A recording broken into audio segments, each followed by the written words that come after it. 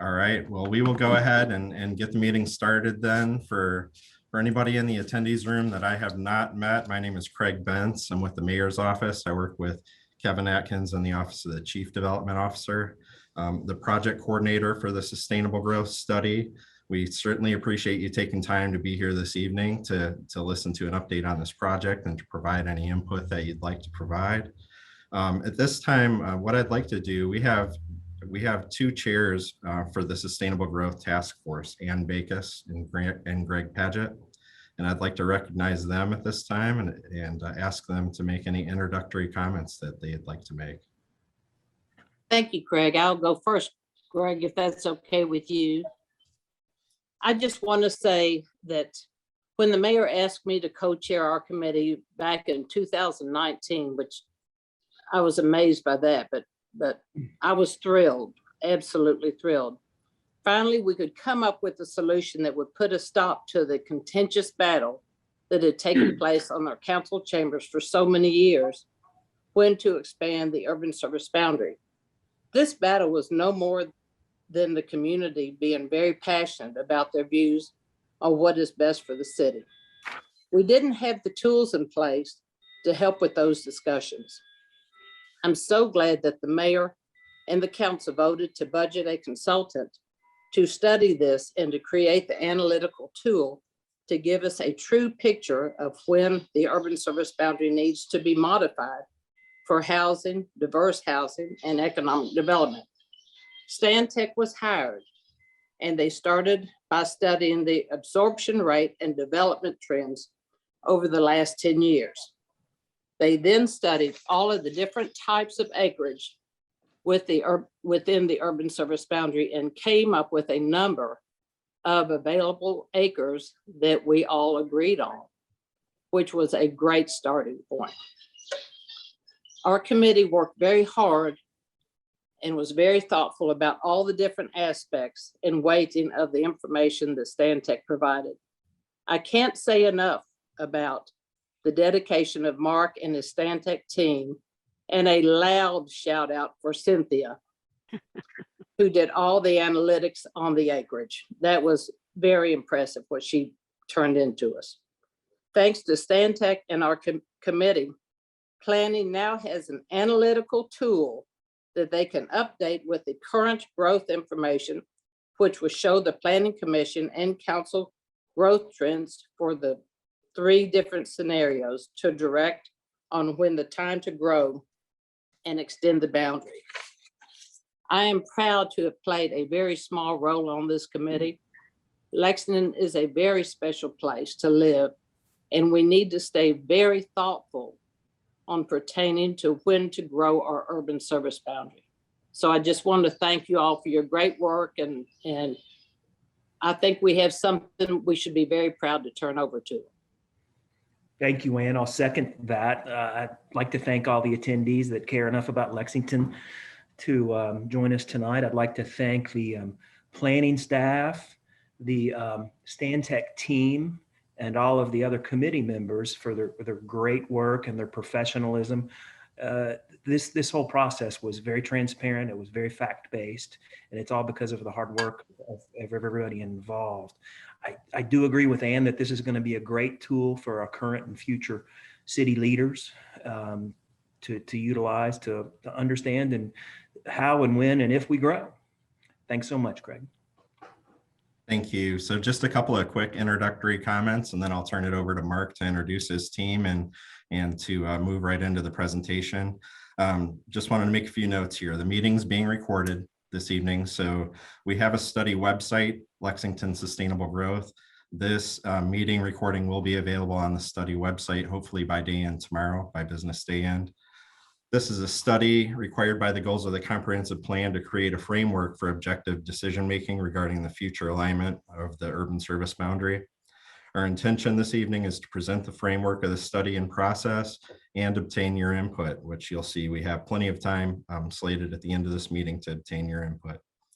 This information will be summarized and presented to the Sustainable Growth Task Force, the body that's guiding the development of the study, for consideration during their meeting this Wednesday, July 21st at 1 p.m. So again, this is pretty quick turnaround between this meeting and the next task force meeting. We hope anybody that's in the attendees room this evening can join us for that meeting on Wednesday as well. There will be additional opportunities for public comment as the study moves through the Planning Commission's approval process and is ultimately presented to the Urban County Council. And if you'd like updates as we continue moving forward, again, please feel free to contact me directly or visit the study website at lexingtonsustainablegrowth.com for copies of meeting packets, meeting videos, and other supporting documentation related to the study. So at this point, I'd like to turn it over to Mark Butler, the project manager for this study with Stantec. Mark will introduce his team, and he has some slides to present to you all before we open it up to public comment. Thank you, Craig. So hello, my name again is Mark Butler. I work with Stantec here in Louisville. I did just recently move to Louisville from Lexington. I already spent 5 years there. So Lexington has a special place in my heart as well. I'm joined on the Stantec team by John Bucher, who is also in Louisville, and then Cynthia Albright, who, as Ann mentioned, led our analytic land use component of this study. In addition to Stantec, we have a few other partners, including EHI Consultants. Ryan Holmes and Rob Mossma is here representing EHI. They directed our public outreach or stakeholder outreach coordination efforts. Andrew Fain is from MXD Development Strategists, who helped develop our analysis of the economic and employment trends in Lexington, and also provide us guidance with developing a methodology for projecting future demand for our various land use categories. And then finally, Joshua McCarty is on representing Urban 3, which did the fiscal analysis, like a geospatial fiscal analysis of revenues and costs collected on the basis of the land use acreage in Lexington. So that is the core of our team that has worked on this study, and we're eager to show you an overview of our activities, but with a concentration, as Craig mentioned, on the evaluation framework itself. That is like the primary deliverable from this study that we hope will be incorporated into future analytics that is performed by the planning staff and brought before the Planning Commission to help inform decision making on land use going forward. So I'm going to share my screen here.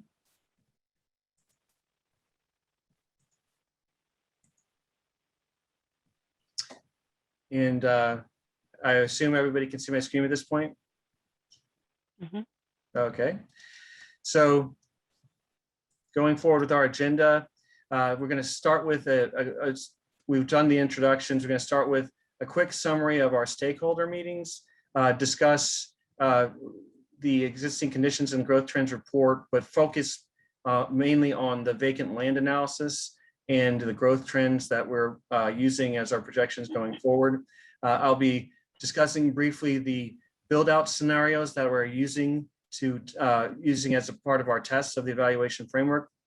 And then John will get into the evaluation framework itself and the results of our evaluation of those build out scenarios. And then finally, we'll have plenty of time for questions and public input. So we're going to try to keep it at a higher level, focus on the bigger picture so that we have more time on the evaluation framework and then your questions. So appreciate your patience and attention as we go through this.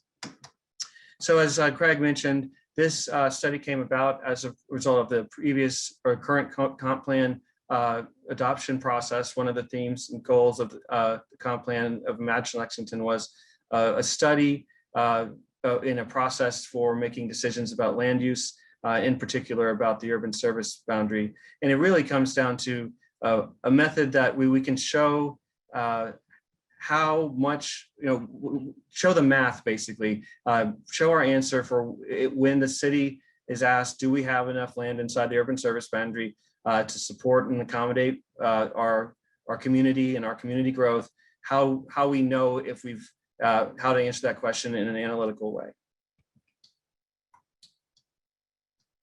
So, our scope for the study, it was basically in 5 parts. The first part was to do an existing conditions and growth trend analysis, and we've prepared a report that is available on our website. That is basically the basis of where we're going, where we are now. We also had to conduct stakeholder discussions with various groups and entities representing the diversity of perspectives and opinions regarding land use in Lexington. Oh shoot, there we go. Identify potential build scenarios within the urban service boundary. So, there's a lot of options for how the city can grow, and we tried to identify a couple scenarios that we could use to test for through this framework. And we were going to test them by also identifying the evaluation criteria that we would be using in the framework. And then finally, it was to develop the framework itself, which is what we are going to be discussing in greater depth tonight.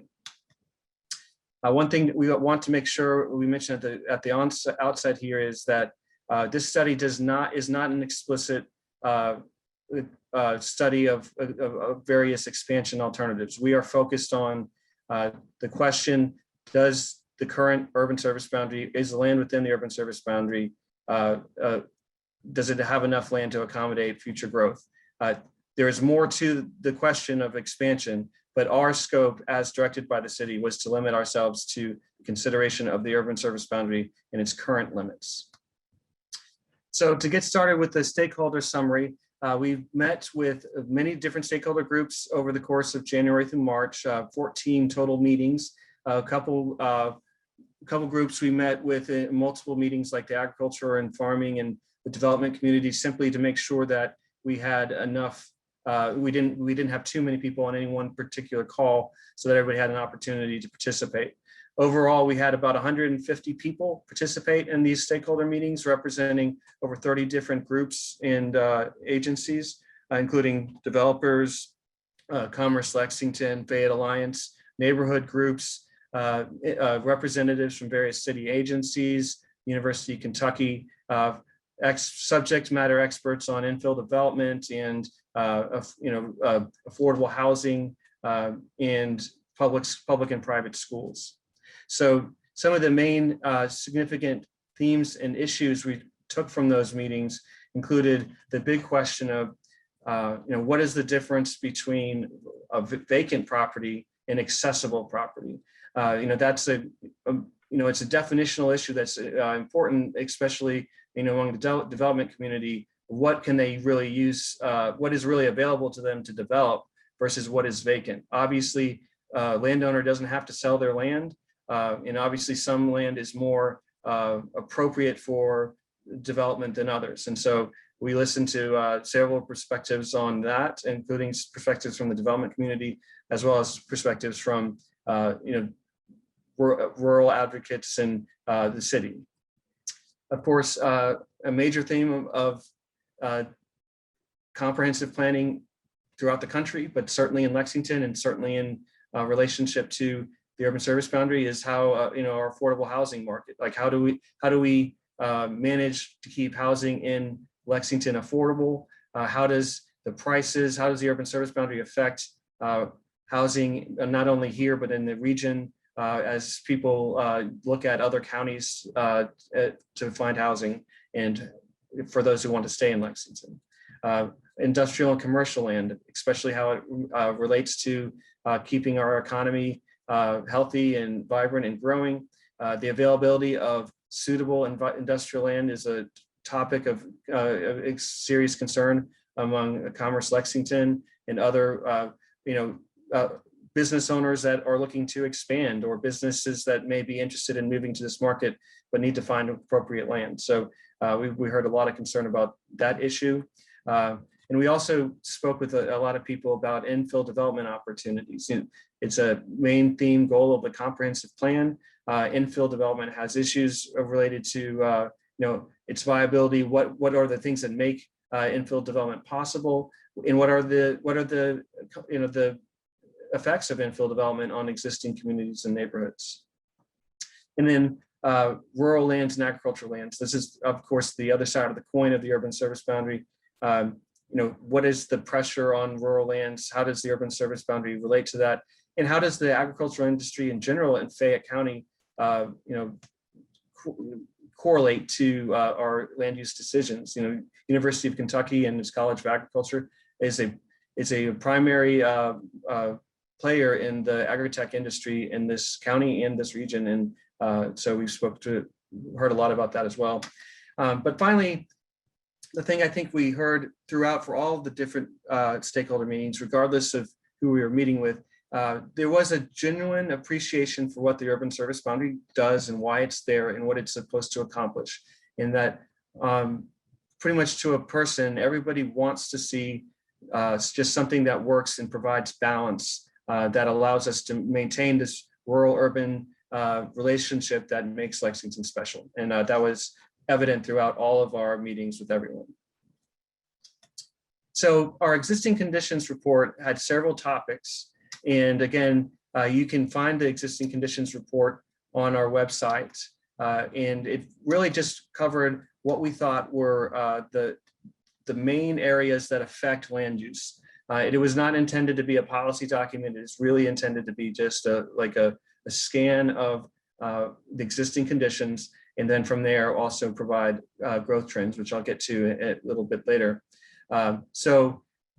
Each of these issues has significant impacts on land use, but what really is at the core of our analysis was the vacant land analysis, because that hasn't really been done in the manner that we have done it, at least in the recent past. So we focused on that, and we're going to focus on that tonight.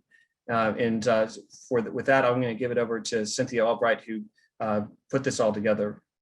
So Cynthia, take it away. Yes, thank you, Mark. Welcome, everybody. Well, I'm going to try to synthesize the last 9 months worth of work in about 7 slides. As Ann referenced, we've had lots and lots of meetings and plenty of data to analyze and to present. And so I'm just going to share with you very quickly what I did, which was with the help of the PVA and of course the planning staff, I brought together data from the PVA that was vacant, and then we identified all of those parcels that actually could be redeveloped from a vacant perspective, as well as properties that are in transition or projects that have been submitted to the city. And they may not be approved yet, but they are projects that are moving forward in one form or another. And so I identified all of those parcels that are, privately held, or they have a classification of an HOA open space, or maybe they're a greenway, something like that. And we put those off to the side for purposes of identifying what future development could look like in the city of Lexington. Next slide.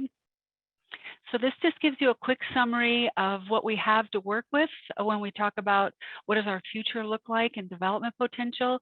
So I identified all of those areas and summed up what the acreages were with the property that's developed, and then of course property that falls into one of those other categories to give us an overall proportion of what's available for future development. Next slide. So this gives you just an image of the vacant land by zoning classification and where those parcels all are. We obviously have a lot of different zoning classifications in the city of Lexington. We have a lot of small parcels in our downtown urban core. And then we have these larger parcels that are ripe for redevelopment in one form or another, in the form of an expansion area or property that has been identified for future development in one sort or another. But we did consider all of the vacant agricultural land within our analysis as potential for future development, whether it be residential or mixed use or other types of uses. So all of those parcels are included within this analysis. Next slide. So this just gives you a summary of what we have in the way of vacant acreage from a high level zoning perspective, where we have a large number of vacant acreage in the residential zoning class, and then smaller numbers in the mixed use, certainly a very low number in industrial and community commercial. And then of course, the largest bucket happens to be the agricultural use. And so we were really focusing our efforts on where can we get new residential development to occur, and what is those mixed uses and industrial, as well as the expansion area is going to look like in the future in terms of overall magnitude and contribution towards meeting the future demand that MXD had identified. Next slide.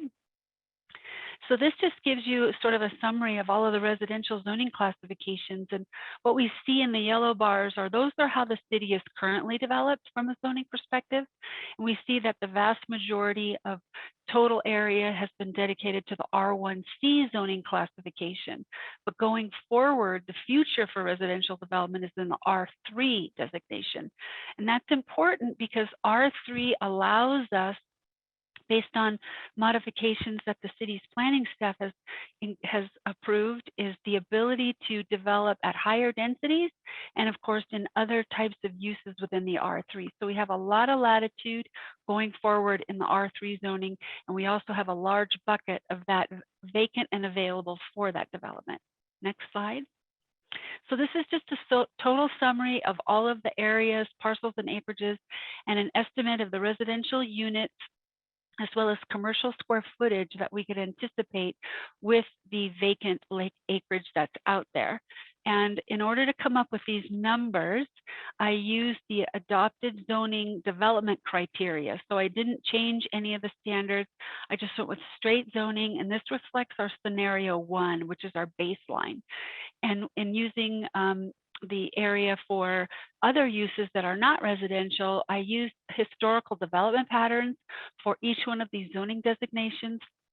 So I studied the PVA data to identify how development on each of these non-residential zoning classes has built out in the past, both pre-2000, between 2000 and 2010, and then post-2010.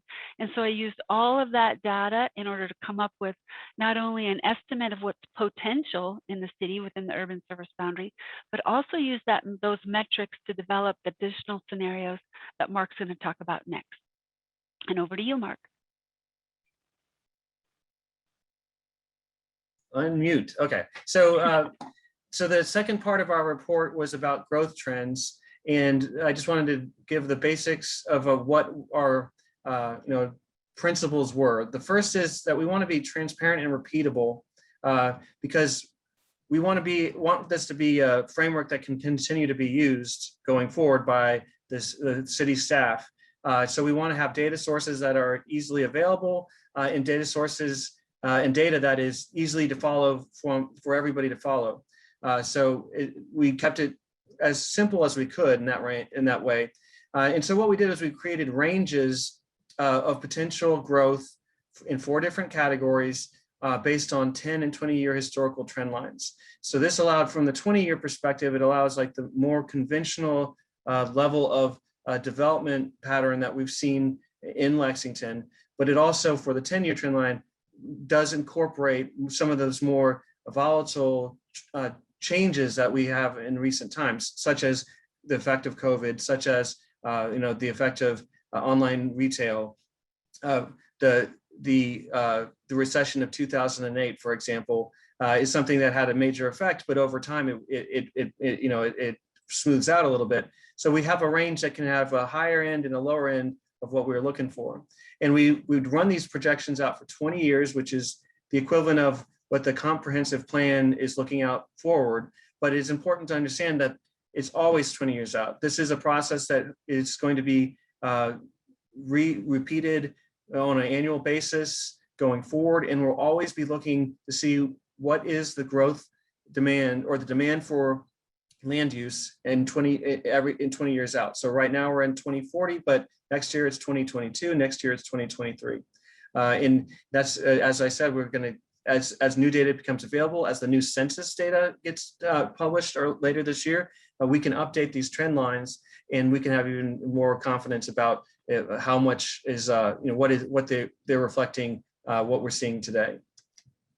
So based on those principles, we did these trend lines for 4 different areas. One, the most significant being new household growth, which basically is the equivalent of housing units that you will need to provide. And again, the blue line represents the conservative end of that range, which is the 10-year trend line, and the red is the full. And you can see that in this case, we see a range that exists between 29,000 and 42,000 new households in 20 years. Again, when we get the new census data, this range could change a little bit, simply because we will now have a better estimate from 2020 what our household growth is. But it reflects a lot of the dynamics that we all understand about Lexington. How much in the last 10 years has housing starts and population been affected by the recession, but also by the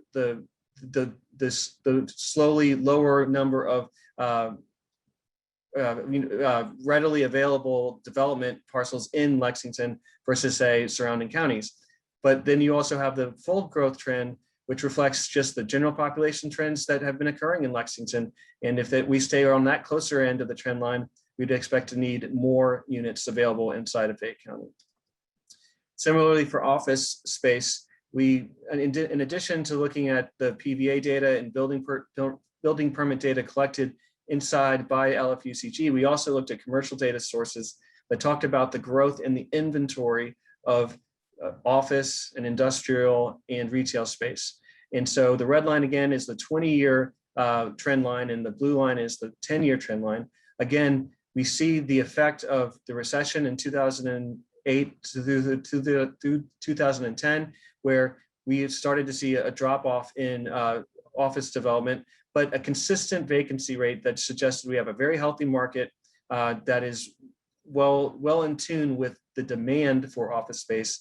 And as we go forward and we learn what happens with COVID and the trend of remote work, we should expect to see these trend lines change. And as we move forward, not only will we get new data, but we'll also be changing the back data from 2020 or year 2000 to 2001, 2003. So these trend lines will be slightly different. But for now, as we can see, we see about 2.5 million square feet on the low end to 4.6 million square feet on the high end. Similarly for retail, again, it's a pretty wide range between what inventory was added since 2010 versus total inventory since 2000. Again, a lot of stuff has come online, a lot of stuff, but not quite as much in the last 10 years. And we've heard it a lot, what is the effect of online shopping? What is the effect of COVID on new retail? We will know soon enough as new data becomes available. These real estate data sources are constantly updating where these trend lines are going, and we can expect to see those trend lines become more reflective of the current situation. But for now, we can say we have a pretty confidence that we have a range of about 2.1 million square feet to 5 million square feet of retail space. And then finally, the widest trend range is within the industrial trend line. And this is primarily because there was a very significant expansion of inventory at the beginning of the millennium, up until the recession. After the recession, it took a while for the recovery, and now we're in a position where, again, whether it's just a slower market nationwide for the type of industrial product that is being developed, or whether there are issues within the Lexington market itself as far as available space, we don't know why, but we do know that the last 10 years has been much slower than the overall 20-year period. So we have a wide range there, but again, as we move forward, we would expect to see new data provide us more information about where we're going. So when we talk about how we're going to use this framework, we have to include scenarios of development patterns and development build-outs that we expect are possible. We developed 3 different scenarios to act as good mileposts in what could possibly happen inside of Fayette County, inside the urban growth boundary. They are all things that are possible under the Imagine Lexington Comprehensive Plan, but only time will tell which trajectory is will most likely happen. And so we wanted to see, for the purposes of using our framework and its ability to evaluate various scenarios and assumptions, we did 3 scenarios that cover that spectrum. So the first scenario is a baseline of the development pattern that we currently have as it currently exists. That last slide that Cynthia showed with the development potential very much reflects what is available if all of available vacant land was built out according to the densities and zoning, allowable zoning that is there today. This scenario includes development projects that are in the pipeline in the sense that there's a development program, a development plan, an application to develop property. If we have the details of that development plan, we included it. If we didn't have any, if there wasn't something in the pipeline, we used what was in, we built it out according to what it was legally allowed to be zoning and density wise. For scenario 2, we increase the density and flexibility within the zoning according to different policy goals that are promoted in Imagine Lexington. This would allow for, so if it's, again, if there's a development that's already been with development plans in place, we included that development unchanged. But for vacant land in some infill parcels and mixed use other zoning categories, we may have given a little bit more flexibility, and we would have given more density. And really where we gave it the more density is in those R3, R4, R5 categories that aren't explicit about the size of the parcel or the number of units. Like if it's a typical R1 parcel that's in like an existing neighborhood, it was not changed. It's only those larger parcels where more flexibility for density was something that we could make some adjustments to. Oops. And then so finally, scenario 3 is building on scenario 2 with that increased density on vacant land, but it also assumes a significant infill development, including redevelopment projects of existing underutilized properties within the urban service boundary. So this is, we've taken projects and ideas from various previously discussed proposals, including the Grow Smart plan from Fayette Alliance, including Imagine Nicholasville Road, and some other smaller neighborhood area level studies, some other more projects that people have talked about internally, including like the redevelopment of Lexmark properties, et cetera. And we did a basic analysis of what could the total redevelopment potential could be. And then we assumed a small fraction of that could occur, a significant amount, but not a total amount, somewhere in the range of 25 to 30% of total development potential for those explicit proposed ideas. So that would be the main difference between scenarios 2 and 3, is that we've included density on vacant land, but we've now also gone forward with the development plans for infill development. And so now that we've established our scenarios, we've come to the development of the framework for which to test these scenarios, or not test them, but to evaluate them, so we can see how they meet the goals of the comp plan and deal with accessibility, accommodate future growth. So I'm going to stop sharing right now and hand it over to John, who's going to go over this part of the presentation. So John, I think you can share your screen now.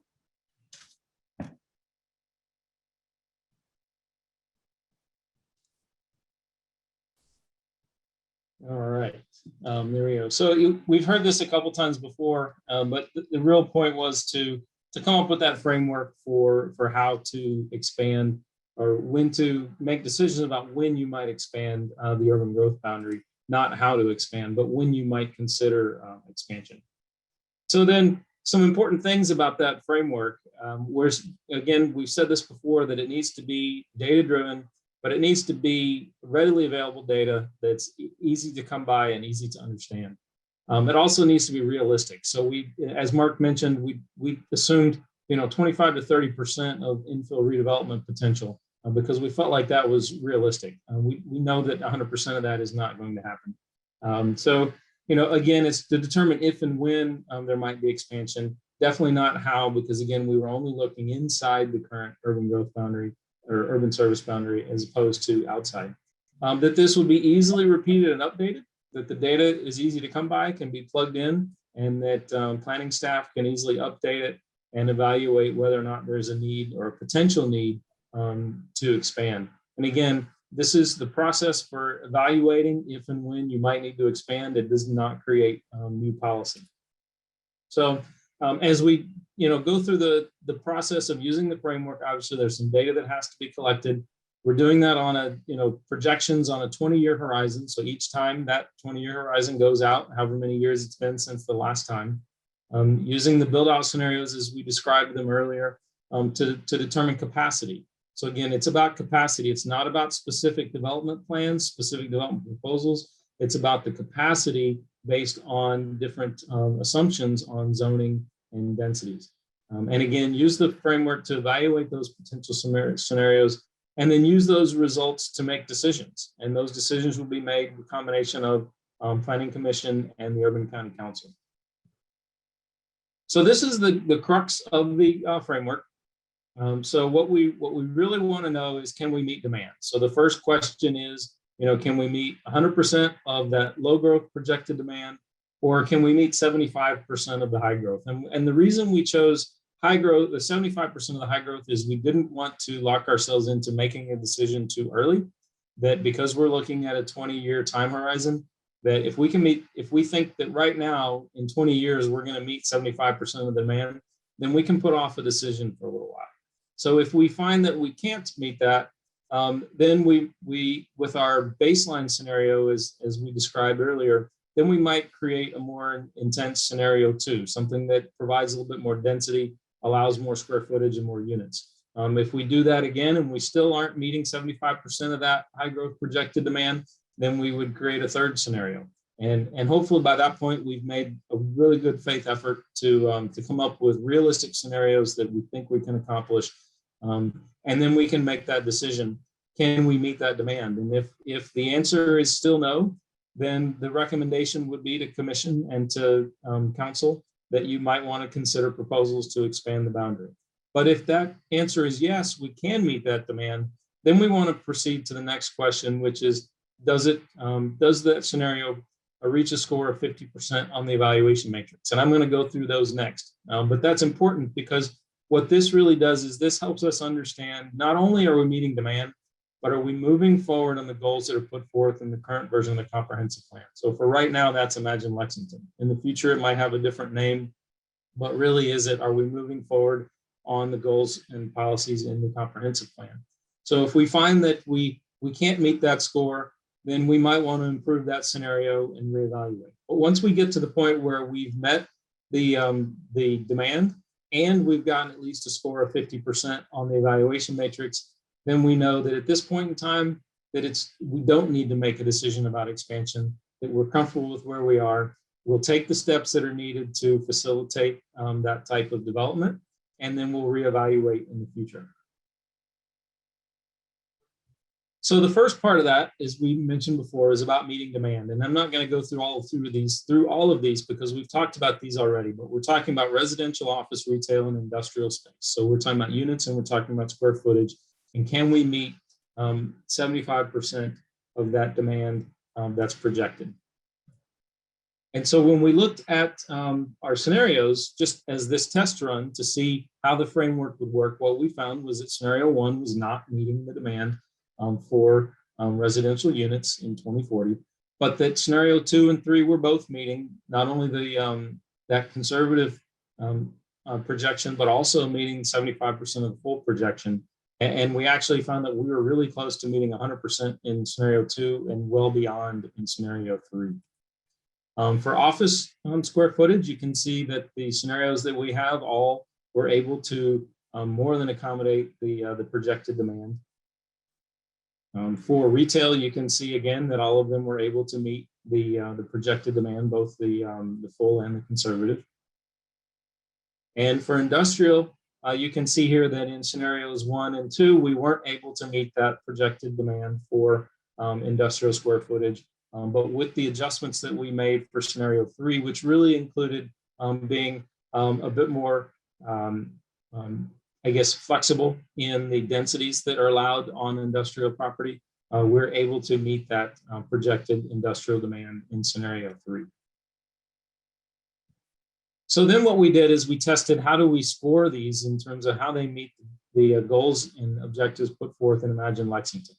So we went through the current version of the comprehensive plan, and we pulled out the goals that we really felt like were closely related to this discussion that we were having about potential for expanding the urban service boundary. So this doesn't include everything that's in there, but includes the ones that are most related to that discussion of land use and that discussion of the urban service boundary. And so these are the ones that we felt like fit best into the framework and that we could score.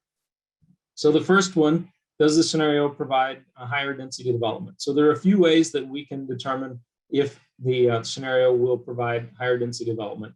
But the real thing is, it's about what are the assumptions we're making about allowable densities, and how many units would that create, and how many units per acre would that create.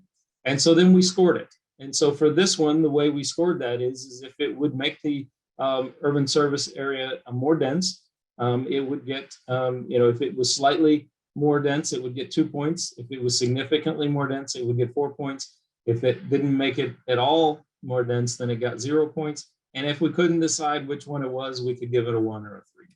And so you can see in this one that we felt like the scenario 1 did not move us towards more density.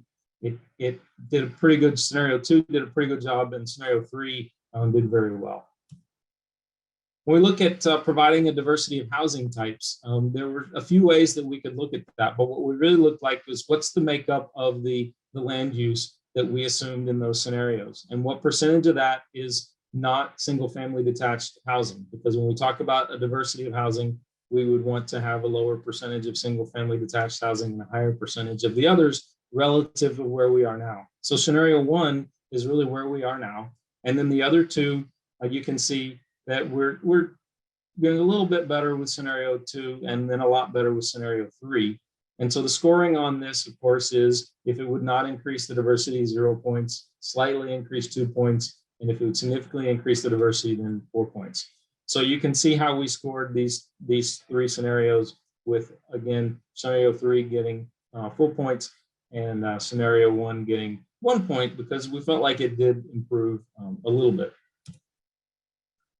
The next one, providing affordable, accessible housing. And this one was a bit difficult for us to come up with a way to score. But what we really realized in the end is that in order to provide affordable housing, you need to be able to offer not only more housing, but more types of housing. And so if we can increase the number of units and we can increase the diversity of units, then we are providing opportunities for more affordable housing. And so that's how we scored this one. If it didn't create any more opportunities for affordable housing, it was 0, slightly more 2, and significantly more, it was 4. And you can see for this one that we really decided that the scenario 1 did a little bit to provide more opportunities for affordable housing. And then that scenarios 2 and 3 were pretty closely in terms of significantly more. We looked at the ability of the scenarios to provide off-campus student housing. University of Kentucky is incredibly important to Lexington, and providing places for those students to live close to campus was something that was in the comprehensive plan and something that we wanted to consider. The way we determine that is how many units could potentially be created in those scenarios within 1.5 miles of University of Kentucky campus. And so we put a buffer around that, and then counted the number of units that were inside that buffer. And so as we scored this one, 0 would not create more opportunities, 2 would create slightly more, and 4 would create significantly more opportunities for off-campus student housing. As you can see, we felt like scenario 1 provided a few more, so we gave it a point. Scenario 2 provided some, so we gave it 2 points. And while scenario 3 didn't go all the way, it definitely provided some, so it got 3 points. The next one that we're looking at is, does the scenario prioritize mixed use development? And so one of the ways that we can do that is look at what's the allowable zoning, and then what are the types of units that could be created. And so again, looking at what the assumptions were on those undeveloped and redeveloped parcels, we could make a decision about whether or not it would increase the amount of mixed-use development, slightly increase, or significantly increase the amount of mixed-use development. And for these, we felt like that scenario 1 did a little bit of that, and scenario 2 did a lot, and then scenario 3 really did a good job of providing opportunities for mixed-use development. And that's primarily because scenario 3 involved the redevelopment and infill development on properties inside the boundary, that particularly along certain corridors. and that gave the opportunity for more mixed use as opposed to strictly residential. So the next one was really kind of probably the one that's the most important to what we're trying to determine is, does it help maximize redevelopment on vacant land within the urban service boundary and promote redevelopment of unutilized land? And so we had a couple metrics that we used for this one.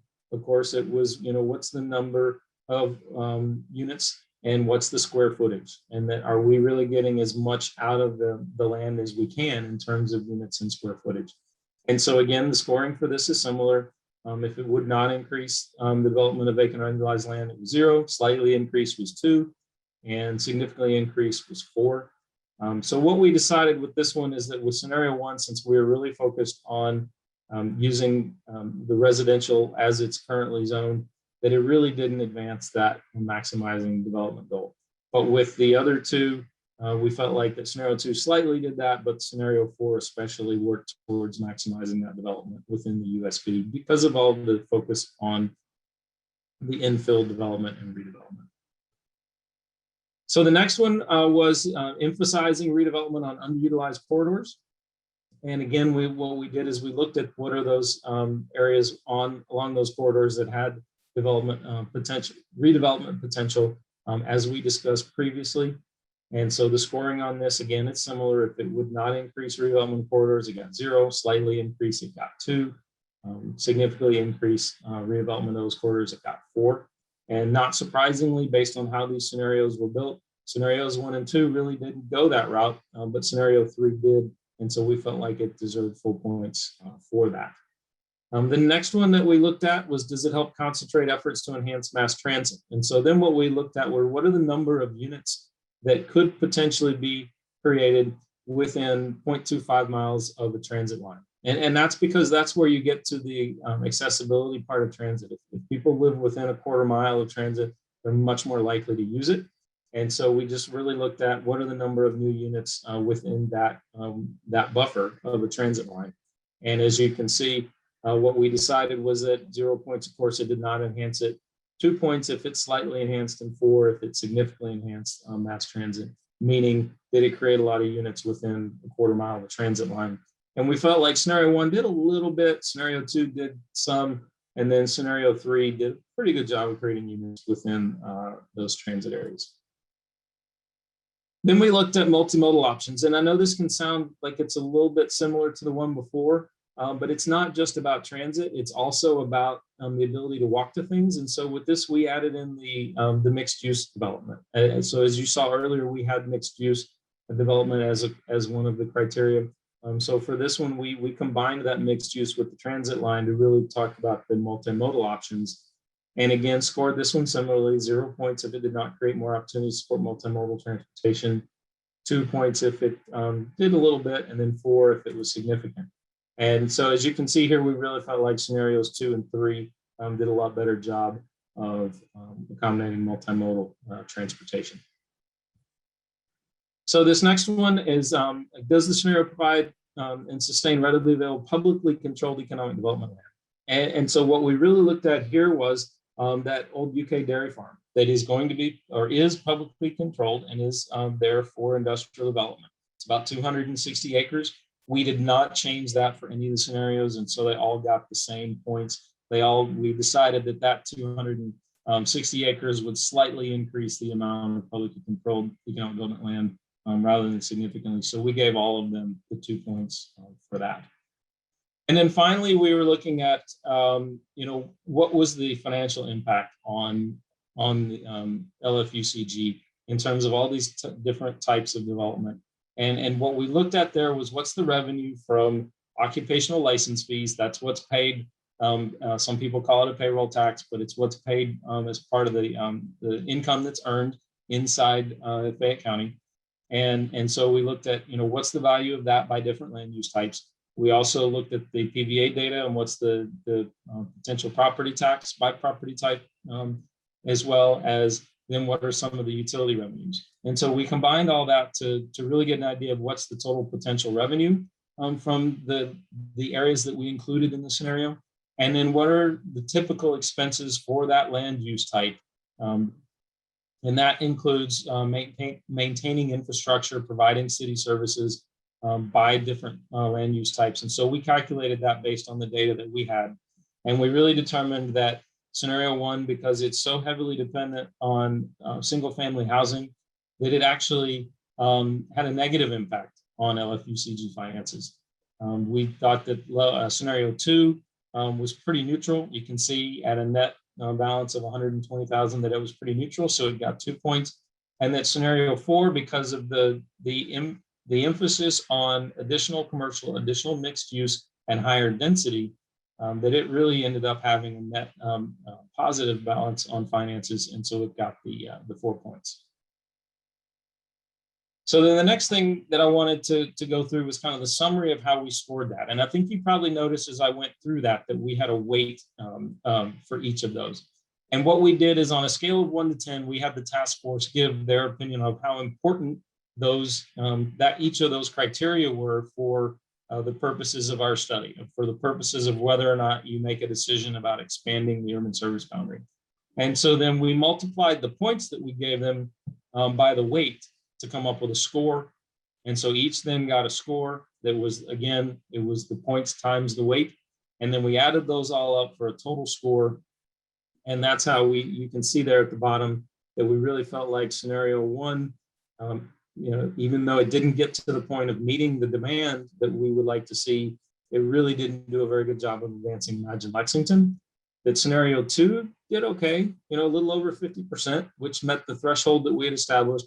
But that scenario three really did a good job of advancing the goals and objectives of Imagine Lexington with a score of 93%.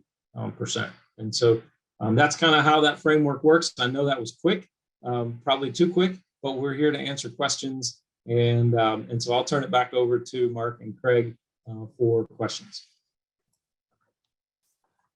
All right, thank you, everyone. What we'd like to do at this point, we have a couple of options for public input here. If you'd like to use the Q&A box down at the bottom of your screen, feel free to do that. I see we've already received one question, and I'll kind of read that aloud in between comments here. Otherwise, if you'd like to be brought into the meeting to make comment, please raise your hand. You should see an icon at the bottom of your screen to raise a hand, and a blue hand will show up next to your attendee name.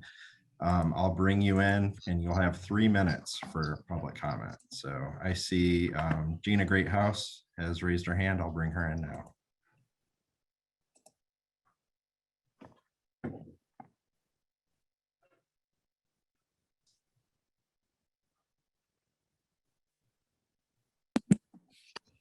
Right. Good evening, everyone. Thank you for the opportunity to provide input on behalf of Commerce Lexington. Thanks for letting me go first, too. Commerce Lexington's economic development team is responsible for recruiting and retaining businesses in Lexington and in the region, and we want all the best for Lexington. To achieve these goals, we believe we need land use policies that appropriately factor in market realities and provide for regulatory flexibility to adjust to a rapidly changing economy. We need a decision-making framework that is data-driven and easy to understand and apply. Commerce Lexington has been listening to the process over the last several months. We engaged with the consultants, provided data on land-based decisions, and worked with developers and businesses across various sectors. And right now, we find it very difficult to understand this complex framework presented at this point. So we have interest in 3 things, and I know you know where we always are. We need to have enough land for existing businesses to expand and create jobs, and new businesses to locate in Lexington. We need to have an adequate supply of housing options that are affordable and meet market demand, and having a diverse economy that provides jobs for everyone.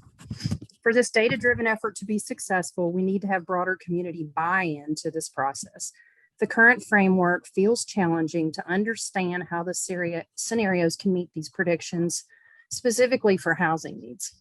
If we're focusing on infill and redevelopment and more density for housing or light industrial land, please help us understand where and how this can be done. Are you factoring in market realities and what businesses say they need and what people are actually looking for homes? Coldstream's Turkey Neck will be a positive addition in a few years, but it doesn't address the immediate need. And the 260 acres mentioned today has really only identified 180 now. So when factoring out land for sale, Cynthia said it best, there are less than 100 acres of land scattered throughout Lexington. So we keep a running list of flight risk companies, and these are businesses that are looking to expand, but today we don't have sites available to meet their needs. So we're at risk of losing more jobs and the revenue associated with that. We're not just talking about options on the high or low end of the housing scale. We need housing options for everyone, including single family homes for middle class, to sustain our workforce at all levels. And it's really hard right now for our young professionals looking for first-time homes to buy. These scenarios do not appear to reflect the reality of what the market wants. In conclusion, Commerce Lexington supports this data-driven approach. But if we can't explain why and how in a convincing manner, this effort might likely be less successful. We want to protect our signature equine and ag industry. It needs to be our goal. It needs to be a goal, but we have to be realistic about the growing needs of our community. People need jobs, people need homes. And right now, with this framework being extremely complicated, it generates a lot more questions and confusion for us as to how it will help address the challenges. Thank you for the opportunity to speak tonight. Thank you for including us in the process along the way. And I appreciate the time and the effort of the committee and Stantec's efforts as well, and Ryan and all the others on the group. Thank you again.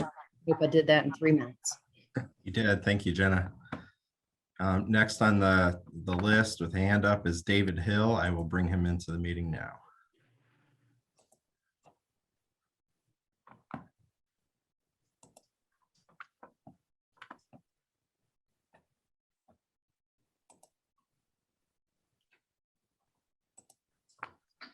Mr. Hill, if you wouldn't mind turning on your video, you have 3 minutes to address the group here. Okay.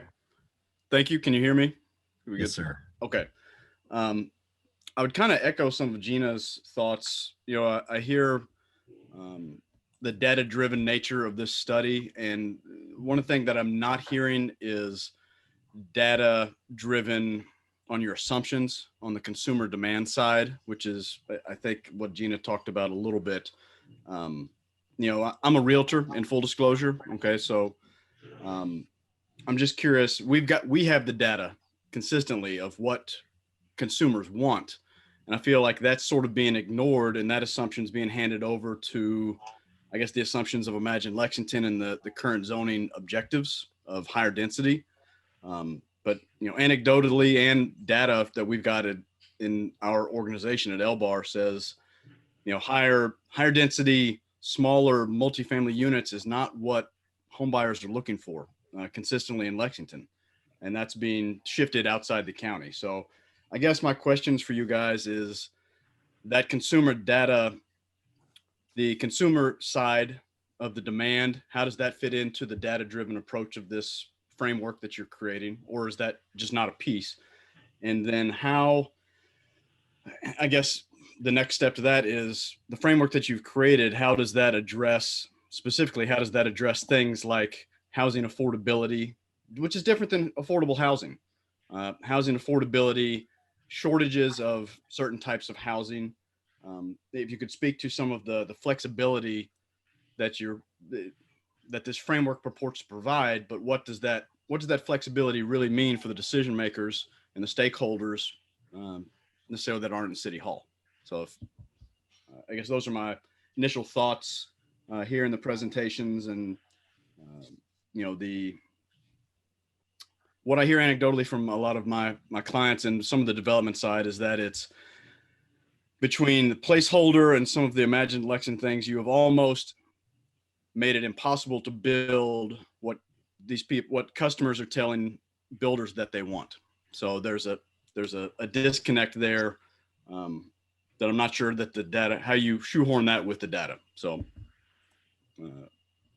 Craig, do we want to respond to some of these questions as we go, if there's an explicit question? We certainly can. We can wait to the end of comments, but if there's questions that we can answer quickly, I think it's good to do that as well. Feel free. Well, yeah. So I would just make a general point about how do we accommodate what we understand to be consumer demand, what for consumer preference. Really, we have looked at the LBAR data on sales. We've followed those trends, but you are right in the sense that we are trying to do a math exercise of what is possible within the build out scenarios of the, within the build out of the current urban service boundary. The difference between the scenarios in some ways reflects the potential if we continue to build to meet certain consumer preferences as they are laid out in the scenarios 1, 2, and 3. So if we assume that there is a stronger demand for single family detached housing, that would be the trajectory more along the line of scenario 1, which is completely possible within the framework. We know that because it's actually in the framework. But what it suggests, or the framework would suggest, is according to that trajectory, you would not have enough space inside the urban service boundary to accommodate all the single family detached houses that would be necessary to meet demand. And therefore, that should relate back to the policy question of whether it should be time to consider expansion. However, we don't just want to suggest that, oh, if you follow a certain trajectory, you say, oh, let's expand. We also want to suggest, if you have this comp plan and the comprehensive plan is your policy guiding document, does that development pattern reflect in align with that policy document? And so therefore, if we are in this particular case acting as the planning analyst, our question first is, does it provide enough capacity to meet demand? In this case, no. And then second question, does it align itself with a comp plan? In this case, no. Therefore, when someone says, well, do you have enough land to accommodate household demand inside the urban service boundary? It depends. If you have a different mix of housing units, if you have a different development pattern, yes, you can. And does that pattern align with the comprehensive planning goals? Yes, it does. Does that mean that's what the framework is endorsing? No, it's just simply saying that's where the framework is answering your questions. So in that sense, we do demonstrate how the market preference that we've seen in the last 20 years would play out. It would play out with requiring us to expand. And it would also play out meaning we are not following the guidance of the comp plan. And again, I'm not making a judgment about that. I'm just saying that that's what the framework is intending to show. Right. And that's why we are trying to create the process, and the Planning Commission and the Urban County Council can make the policy. And I think, Mark, I would also like to add too, based on the available land, and to answer David's question, we can't have everything. We can't have housing affordability. We can't have multiple types of housing for seniors or lower income and single family detached. I mean, all of that comes as a trade-off. And so, yes, we might be able to fulfill all of the needs for one specific type of housing demand, but we can't fulfill all of them. And so it's important to understand, as you well know, in the market, there is a trade-off. And so in our analyses and in our scenarios, we included plenty of single family detached housing, but we also included other types of housing uses to accommodate other market segments. So it is a balance. All right, panelists, I think we're going to need to move on to make sure we're able to hear from everyone. Thank you, Mr. Hill. Thank you. All right, next on the attendees list, bear with me, everything's acting slow on Zoom this evening. Richard Murphy is being brought into the meeting.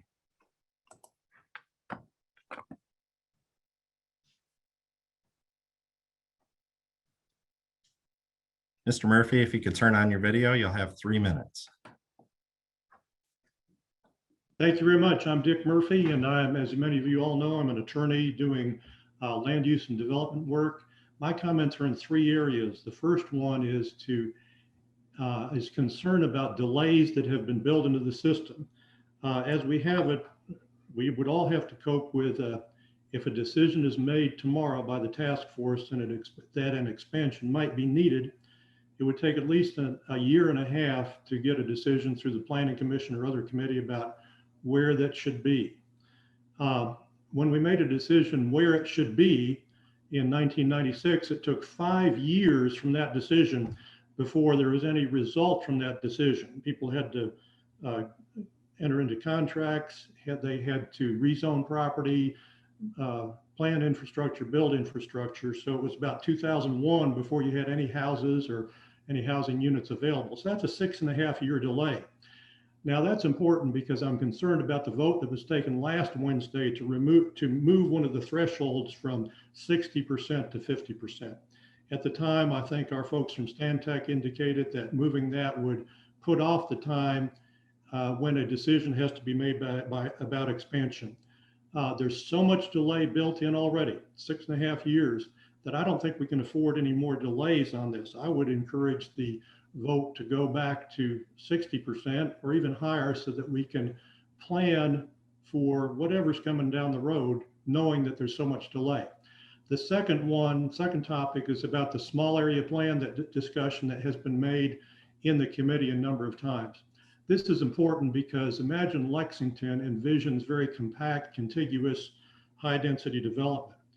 And when Imagine Lexington was adopted, I said in my mind, that means Norton Commons in Louisville, that type of development where there's affordable housing, close to very expensive housing, all different types of housing types, employment, offices, churches, schools, open space, social areas, all in a very compact area.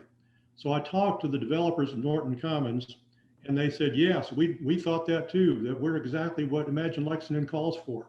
We do that here. We have pedestrian walkability, bicycle walkability, in addition to car, but they said there's no place in the current urban service area where such a development could occur. That's because even a smaller portion of Norton Commons needs enough acreage, but it has to be where their road system is sufficient, where there's sewers and utilities. And they said there's no place inside our current urban service area boundary that could take place. The small area plan process, as discussed by a number of people, may be a way to cure that omission where people could demonstrate that they can do Imagine Lexington type development, make it compact and contiguous. So I'd hope the task force would have more discussion of the small area plan process. The third and last thing I wanted to mention was as Mr. Kay mentioned at the meeting last Wednesday, Imagine Lexington in goal E4B called for designation in this type of study of designation of rural land for long-term preservation, and it called for identification of potential future urban development areas. I'd like maybe a discussion about whether this task force is going to recommend that take place immediately. It was supposed to be done a year ago. I know COVID has delayed everything on that, but that was a study that was supposed to be done simultaneously with the study that's being done now. So I hope that there's going to be discussion and some action on initiating that study of identifying areas for preservation and areas where future urban use could occur. So appreciate your hearing my comments on it, and appreciate this opportunity. Thank you. Thank you, Mr. Murphy. And I can take the last part of that. We will be, the Planning Commission will be tasked with coming up with identifying those areas that would be appropriate, as well as the other components that were identified in the plan. So those definitely are the next steps that are on the radar for this process once we get through this initial phase. All right, our next speaker is Nick Nicholson. I'm bringing him into the meeting now.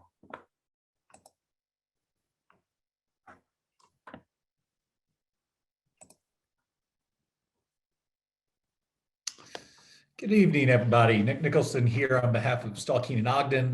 Like Dick, I'm a kind of land use attorney in the development world. And the first point that I wanted to make, it isn't directed towards the members of the committee or even the kind of Stantec team. It's just something I felt like I needed to say and kind of stress that the primary purpose in the goals and objectives that kind of led to this task force being created is that our community's got to find a way to separate out the issue of expansion and the comprehensive plan update process.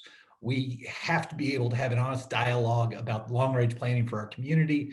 And there's just too many important issues that the comprehensive plan input process should be focused on that get ignored because of this expansion bugaboo, and how kind of polar the two sides are, as Chairman Bacus kind of had indicated. And we just have to find a way to separate out this expansion issue with the comprehensive plan process, because that's what the council tasked us to do. And we need to find a way to get the two sides of this issue together as kind of one community. And kind of growing together, that requires trust. And so the main point that I would like to make to basically the task force and the Stantec group is please, please, please show your all's work. Last go around, several planning commission members and several council members expressed the frustration that they felt at getting wildly different acreage figures and numbers thrown at them from different industry groups. And, you know, the report that we saw today indicates there's enough land for 19,000 to 29,000 single family detached homes, depending on the scenarios, including that doesn't even, you know, get at the acreage for the 9,000 to 18,000 other units of kind of the different types of residential uses. And the reason why I say show your work is, you know, we need to look at what the kind of assumptions are, like, you know, development density, contiguous acreage of that land that's designated for residential use, and kind of the lot sizes that are being looked at in order to get to those numbers. Because everybody I've talked to in the development world remains incredibly skeptical that we can get even close to that type of yield out of the existing acreage that's inside. And there are so many highly motivated and experienced developers that are desperate to build houses right now and are unable to find land in order to actually build those houses. I mean, there's a reason that the first kind of Stantec presentation that I sat in on highlighted, and I think, you know, the quote was thrown out there several times, there is exceedingly low acreage available for single family residential development. So I don't know what assumptions have changed since that initial presentation that I saw, and where we're now at basically 18,000 or 19,000 and 29,000. But please let us just kind of take a look at those type of assumptions so we can kind of get more of a feel for where is this acreage, and, like, you know, how much of it is actually contiguous. What are these types of kind of lot sizes that you all see that we can actually do this? And I mean, in spite of having the record high kind of demand right now for houses, we're only approving like 650 building permits for single family houses a year. And that has been in decline year over year over year for the past 7 or 8 years. So we can't just blame COVID here. And finally, I hope everybody on the committee can be honest with themselves about the status of Lexington's willingness to have density located remotely near where they live, and the type of, or the process, I should say, for how development is approved in our community. It's great to think that we could max out development, but that is just a fallacy. It is. Like, we all know any major development that comes into town right now, whether it's infill or even in the expansion area, receives major pushback from either neighborhood groups or special interest groups that don't want density. We even had a special interest group argue that they didn't want density in somebody else's neighborhood that was actually for the project. And so when you have something like the peninsula that is able to make a huge dent in this kind of the need for residential acreage, the need for homes, you know, that project was proposed at just 7 units per acre, and that was R3 and R4. Even though it got approved by the Planning Commission and had full staff endorsement, at the last second, the council cut it by 50 units, knocking that 7 units per acre down to about 6.2. That's just the kind of world we live in with regards to how the planning is approved. And so it's just not realistic to assume that every project moving forward can be close to max density, or even an unrealistic goal of something that's small, like 9 units per acre. The Tates Creek townhomes received significant pushback, had multiple council hearings, and almost even had a lawsuit filed. And that was 7 units per acre, a total of, I think it was just 14 townhomes. You look at what happened at Upper and High, and also the Blackburn Avenue apartments. Those are downtown core projects. that get massive pushback. And they're, once again, not even close to basically maximum on the available density.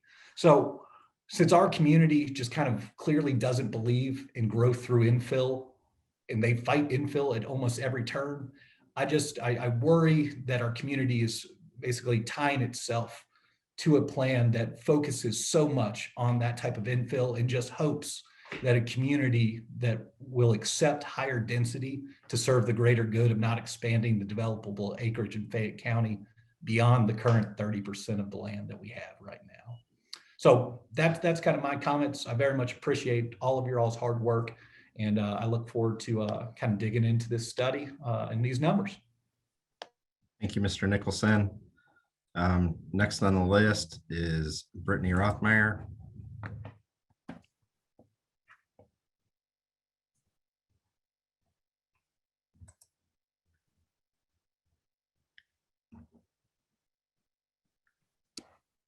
Good evening, everybody. Brittany Rothmeyer, Director of Fayette Alliance. We are a nonprofit dedicated to sustainable growth here in Lexington through land use advocacy, education, and research. So thank you to everyone that's been involved in this process, to you, Craig, to Ann and Greg for their leadership in these efforts to shape this community in such an intentional way, and all of the task force members and the Stantec team for your all's commitment to this work. I have followed the process all along. I've seen in the presentations that you all have made, all of the background work that you all have provided during the meetings. It's been incredibly interesting, certainly a learning experience for me, as it's incredibly complicated, incredibly nuanced. But I have certainly appreciated the ways that you all have shown how you've come to these numbers, how this process has been developed over time.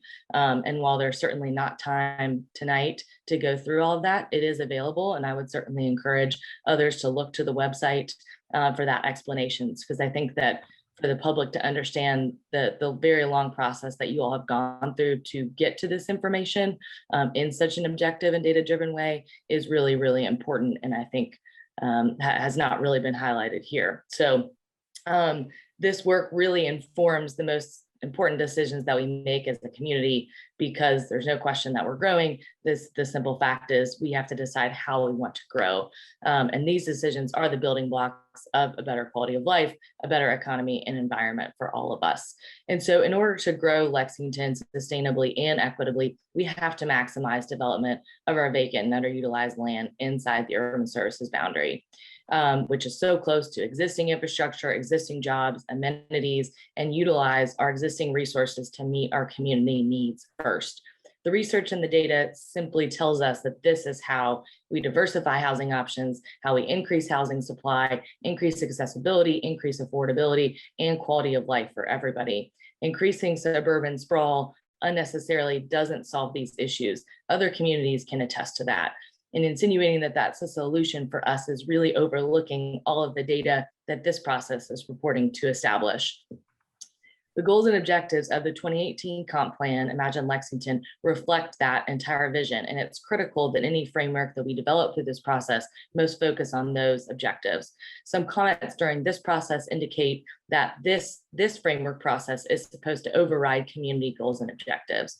Over 10,000 community members offered input in the 2018 comp plan process, and the result of that work has to be our guidepost for policy and development. It's strange to hear others discount what our community went through to get to our most innovative comp plan in the history of Lexington. And many seem to forget that we have a history around the urban services boundary to learn from. So despite research to the contrary, I hear people say that more land means that we can accommodate our growth, that housing prices will go down, we won't face issues of gentrification and displacement, and there will be more affordable housing. History and data simply tell us that that's not the case. The last time we expanded the USB in '96, we brought in 4,200 acres of development land. As of 2020, 51% of that land has not been developed. No affordable housing was built. Not only that, but UK did a study in partnership with the Lexington Board of Realtors that found that expansion in '96 did not decrease the price of housing, and any impact on housing prices was and would be temporary. Not only that, but our employment growth has not been impeded by our land use policies and the economic impacts of those. These are really important facts that support the work of this task force. We need this conversation to be based and grounded in objective data and research, and to give the entire community the opportunity to have an informed conversation. The work done thus far has gone a really long way in establishing a baseline framework for data collection that can guide our growth conversations responsibly. Our existing conditions, what we have, should not be political. They should be based on research and facts, and this work by the Stantec team and the task force gives that information a public-facing foundation we can all reference as we discuss growth moving forward. We should establish in this framework, however, a relationship between the framework and the comp plan so people understand how those things work together. The comp plan should always be where public policy on growth is made. This framework should inform the work leading up to the comprehensive plan in an objective and repeatable way. That being said, updated information about how much land and of what type we're actually using and absorbing should be available to the public on an annual basis as an annual development summary, so that all community members can be educated on where we stand. A key question to be addressed by this work is under what circumstances and when we'll need to consider expansion. But a critical note to be included in this work is that if the consideration of expansion is triggered by the framework in the future, that there are multiple next steps after that determination, including the suitability of where is going to be most appropriate, the cost and logistics of infrastructure capacity and development, financial impact to the city, and planning impact of proposed expansion areas. The results of those analyses must then be evaluated by the community in relationship to our other goals set forth in the comp plan updates. In the decades since the institution of our urban services boundary in 1958, the expansion of and divisiveness around the USB certainly takes up valuable capital in these discussions. As Fate Alliance has expressed in our advocacy, education, and research efforts since '06, the question is not if we grow, it's how. We've always supported a data-driven approach to making these decisions, which impact every aspect of our lives as community members and overall quality of life, and believe that an analytic, transparent process can help build citywide support, stakeholder partnership, and benefit our community for years to come. We once again appreciate the efforts of the task force, of the administration, and the Stantec team, and appreciate your consideration of our comments. We'll look forward to continuing to follow along as this work progresses. Thank you. Thank you, Ms. Rothmeyer. Next on the list for comments is Todd Johnson. I'll bring him into the meeting now.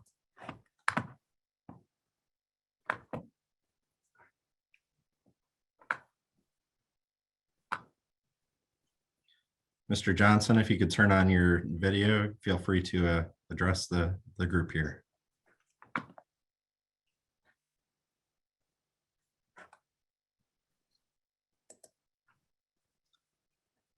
I'm asking Mr. Johnson to unmute here.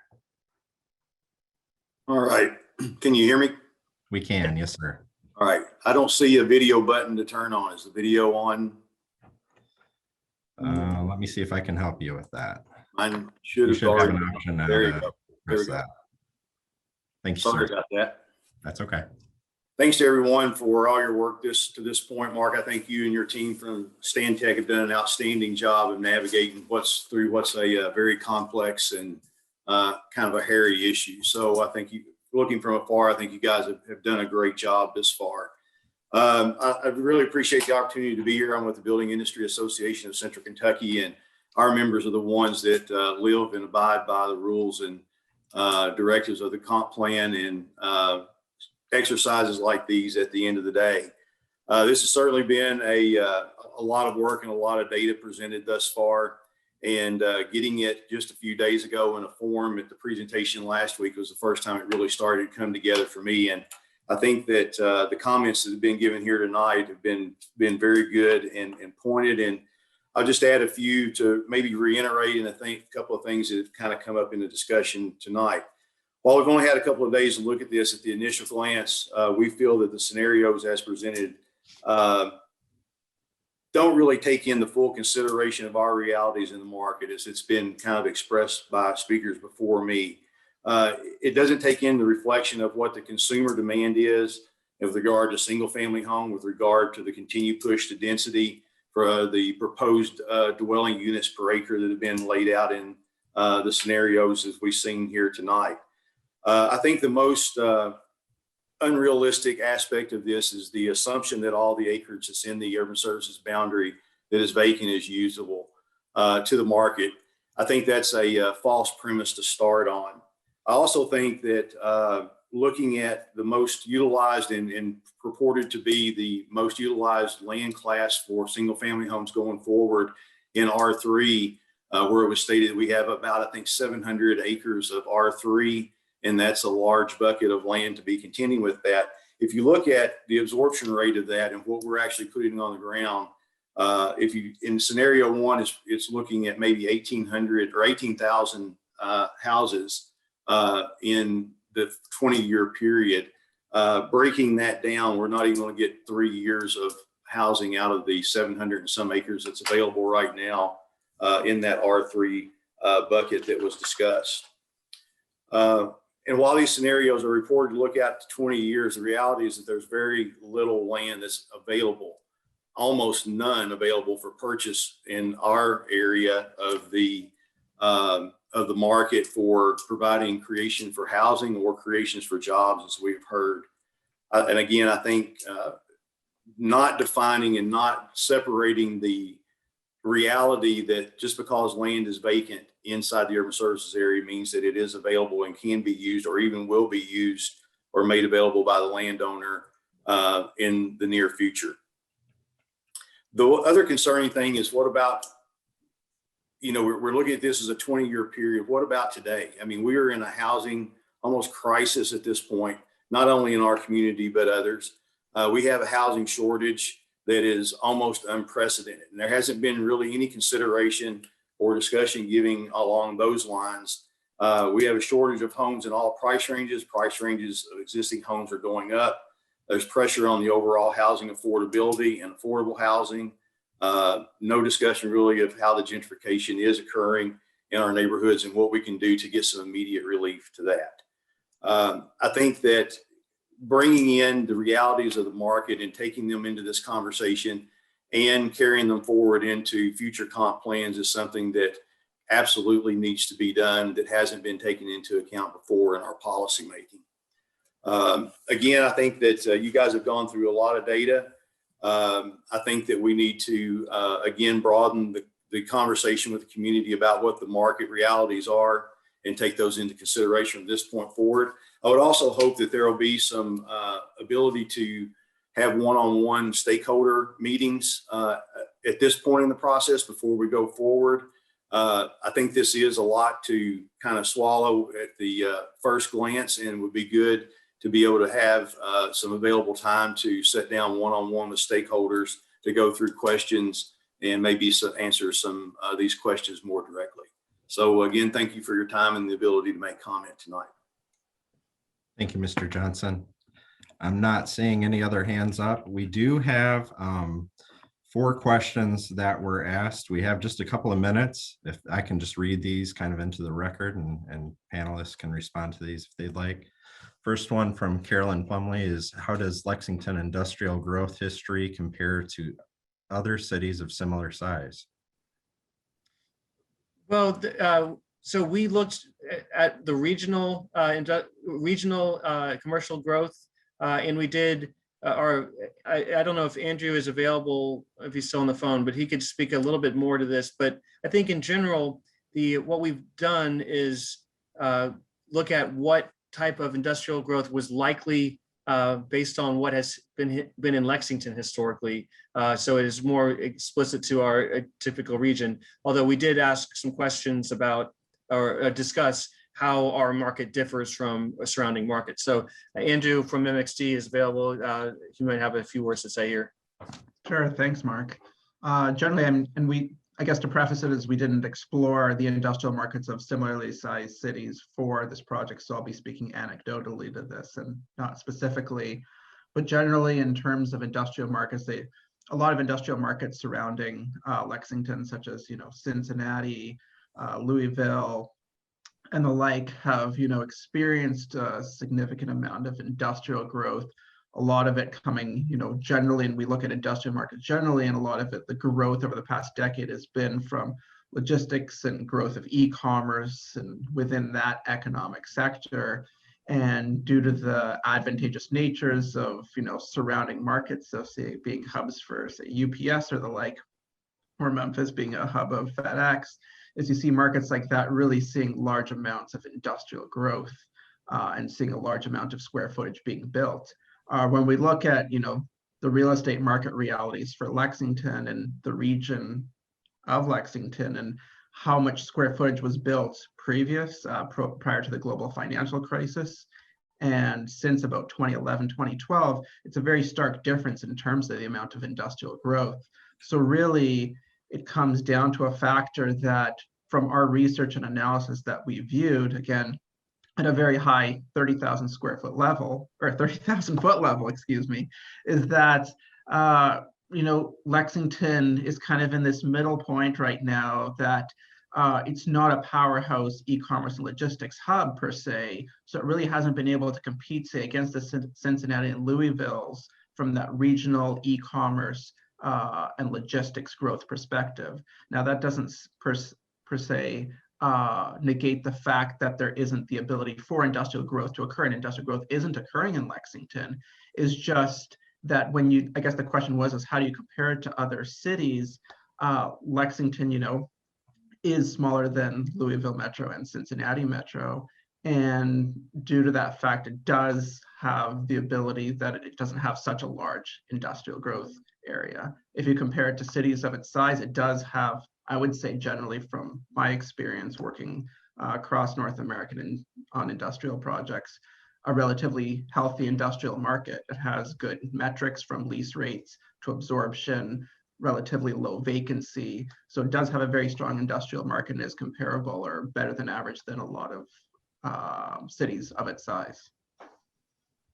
All right, thank you. Got a couple of questions here from Blake Hall. The first is, does this take into account underdeveloped properties, i.e. properties that are zoned for a higher intensity use than they're currently at? I know the answer to that is yes, but I will open it up for anyone on the panel that would like to speak to that. In scenario 3, that is an explicit presumption, is that infill development on underutilized properties is a feature of scenario 3. And then the other question from Mr. Hall is, does the plan take into account our current housing deficit when looking at the scenarios, not just future growth? No, we looked at how housing prices and rents, the rise in housing prices and rents. But as far as explicitly saying, oh, we have a deficit of this particular number of houses, I mean, there is definitely measures of affordable housing deficit that are in Lexington. There is a study out there, and so that kind of informed our understanding of existing conditions. But no, we didn't suggest that we add on an additional amount of growth to explicitly tie into affordable housing, for example, because what we know is that the issues related to whether it's subsidized housing or market affordability are tied into a lot more policy-oriented decisions than just the availability of land. And so we were trying to come up with a method that demonstrated how affordability can be accommodated based on land use, the amount of land we have available, or what could we, what would you would get if you expanded, but not try to get into like, well, you have to, if you did this policy or that policy, or if you had this many subsidies. So we left it more general in that respect. Thank you. And then finally, we have a question from Jordan Lloyd stating, how do we ensure that this data is incorporated into planning decisions? Zoning Commission and Council are notorious for rejecting the recommendations of the planning staff, Imagine Lexington, etc. So I'm glad to take that one.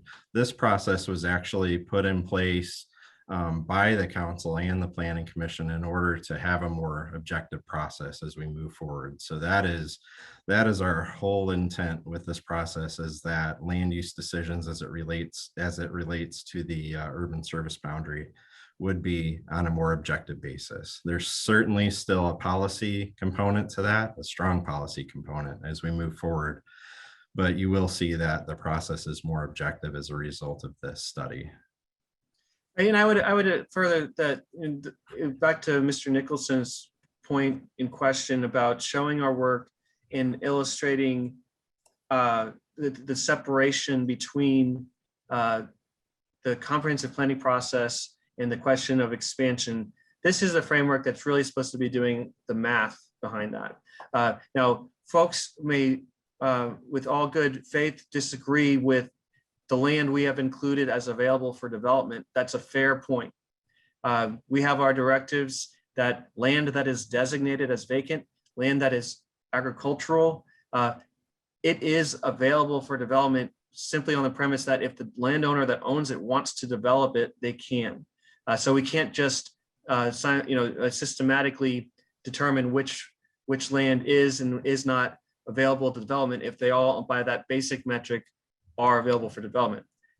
However, we are also very much in agreement that we don't expect every single vacant parcel in Lexington to get developed because it's not in the control of the city, and it's certainly not in the control of us. So we can only continue to the goal of the framework in that regard is to provide a method for kind of seeing where you're going down that trajectory, how you're consuming land, how policies that are being implemented by the city may affect land, like the density and the location, the changes in land uses. And then, further on, how are developers being able to successfully include infill development? If that occurs, then you can basically see we're on one trajectory or another. And as we go forward, we will have more information about how much land we have left and how that factors into the demand going forward, and whether the land that we have left is going to be available in sufficient capacity to meet demand. So in that sense, we are trying to stay out of the policy decision and just provide the framework model for running the numbers through. And we understand that the best thing we can do is to ensure that trust is to show our work, to provide the data that Cynthia's developed from the parcel level database of how she came to the numbers that we came up with. And again, we can lay out the policy directives that we were provided to follow, and we can provide that to the people that make the policy to decide whether that's what the policy they want to fulfill. But we are, in fact, hoping that the city recognizes that the framework itself is value neutral. It's simply reflecting what the policies are trying to demonstrate in the comprehensive plan, which it'll be used, that we're hoping that this process will be used as we go forward with the next comprehensive plan. And we're hoping that it's used on a consistent basis, on a year in, year out basis, to let people understand how development is proceeding and let people know how critical and in a timely manner the question of availability of land inside the urban service boundary is performing. And that was our charge for this study. And that's what we're delivering with this framework. And hopefully, yes, we hope the Planning Commission and the City Council or the Urban County Council appreciates its value in that purpose. Thanks. I believe we responded to all the questions that were submitted. Thank you to everyone for your time and input this evening. Your comments are helping provide community guidance to the Sustainable Growth Task Force as they move this study forward, and really helps inform their recommendations to the Planning Commission. Please refer to the project website, lexingtonsustainablegrowth.com, or feel free to contact me directly for any updates or with any questions as this continues moving forward. We will be advertising the dates of public hearings when this gets to Planning Commission. And if you'd like to attend and be heard, we'd encourage you to do so. And in the meantime, please feel free to contact me or any member of the project team through the website with any questions. Thanks so much, everybody. Have a good evening. Thank you.